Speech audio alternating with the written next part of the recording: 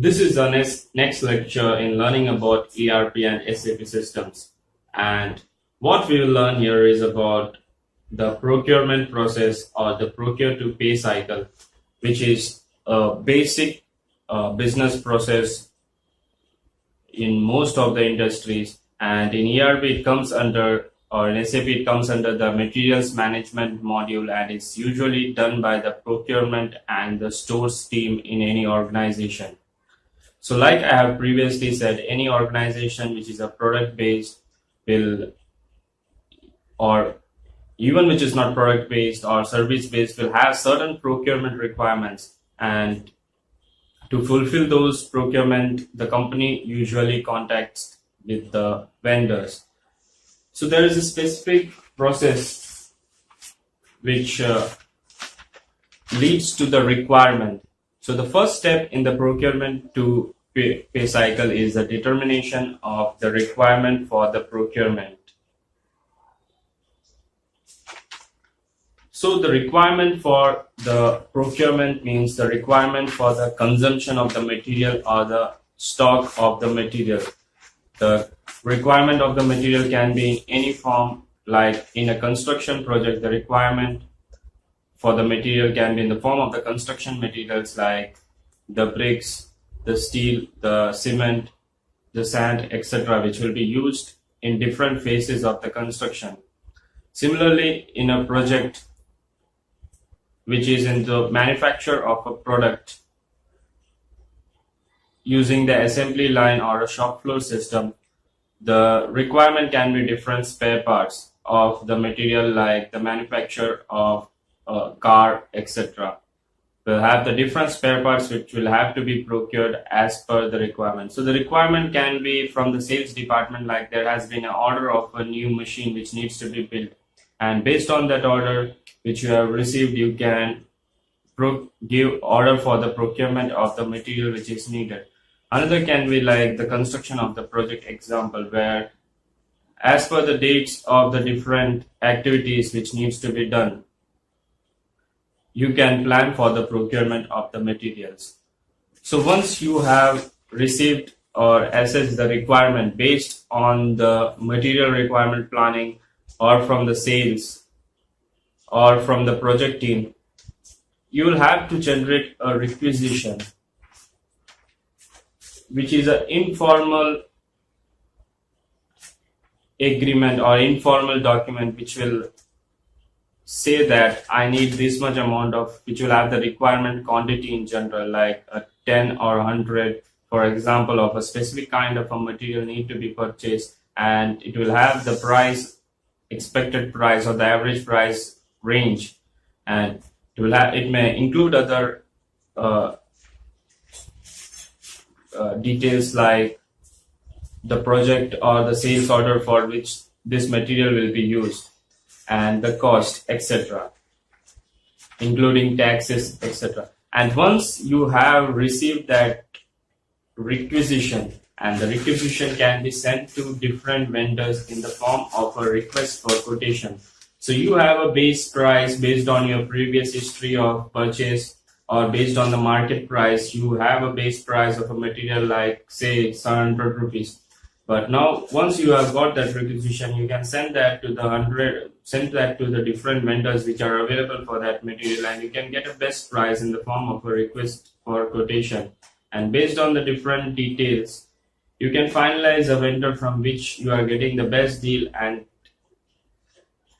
you can finalize the vendor. And once you finalize the vendor, the next step will be the generation of the purchase order. The purchase order will be a formal agreement to the vendor to supply the certain material which you have finalized on a specific date or date range on which you will need this order. And it will have the quantity, it will have the finalized price, it will have the vendor details, it will have the shipment details, etc.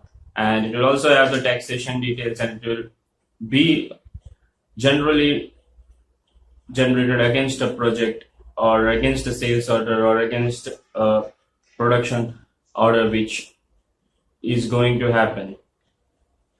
So once the vendor will receive the purchase order, he can act on procuring the material himself, and he can act on sending that to the company which has sent the purchase order.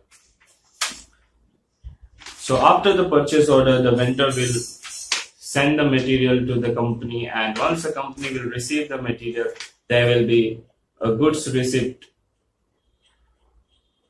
which will be done by the stores team or the warehouse management team once the consignment arrives in the company. So for a specific purchase order, you have, for example, you have ordered a material of a 10 quantity. Now what will happen is that once the goods is received, you'll have to do quality checking. You'll have to check that whether the material is as per what you have ordered. The quantities are same, whether some material is damaged or can it be accepted, or it has to be returned back. Also, there will be some tolerance limit usually in most of the companies which are set. Like you have ordered for 1,000 quantity, and if the 10 quantity gets damaged or is not as per, then still you accept the material without returning it. And certain variants of cost, like by the time you have ordered the purchase order and by the time you have received the material, there is a chance that if the lead time is like 3 or 4 months, then there could have been a fluctuation of cost. So that should also be taken into consideration while you are doing the goods receipt, or the invoice which has been received could be slightly different than what it was in the PO. So after the goods receipt, there will be the invoice verification. So the company will send the invoice, the vendor will send the invoice to the company, and finally, after the goods has been verified, the invoice has been sent, and once the invoice is received, it's the duty of the company to pay the vendor. So there can be agreement like the vendor will be paid in down payment, or the vendor will be paid after a 1 month or a 6 month. There will be a clearing time. Or usually big companies set up automatic payment system to clear vendors. And that's all about how the procure to pay cycle works in any big organization, any big ERP. And usually this is the way in which the procure to pay cycle works using the SAP system itself. And it's usually done by the materials management team. The configuration is done by the materials management team, and in the business and or in the company side, these activities are usually being carried by the procurement team and the stores team. There's also a warehouse management and a warehouse team which will manage the goods or the stock. And the stock is usually stored at the plant level.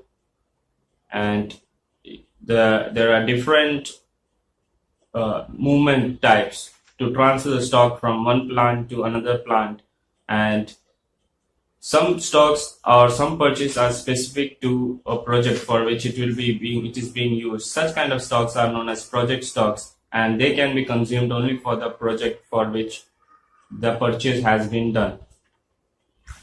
Again, while you are maintaining an ERP system, there will be certain kinds of master data, like the materials which you are purchasing. You'll have from the history of your company and by the kind of products you are producing, you'll have a clear idea of the kind of materials you are going to procure.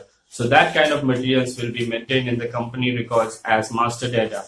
And the master data will usually include the price, the quantity, and the other details regarding the material. Again, there will be also master data related to the vendors, like the probable and your company's vendor history and the best vendors in the market. So you can maintain that the vendors who have relation with you, or the vendors who you have identified or who are previously you have purchased in your company's record as vendor master data. So it will be easy while creating any purchase requisition to directly select a vendor or directly select a material. And for each and every purchase requisition or purchase order to happen, the master data needs to be created in the SAP system. That's all about the procure to pay cycle. And next we will look into the sales to order cycle in ERP systems. That's all. If you like this video, please do subscribe, like, and comment.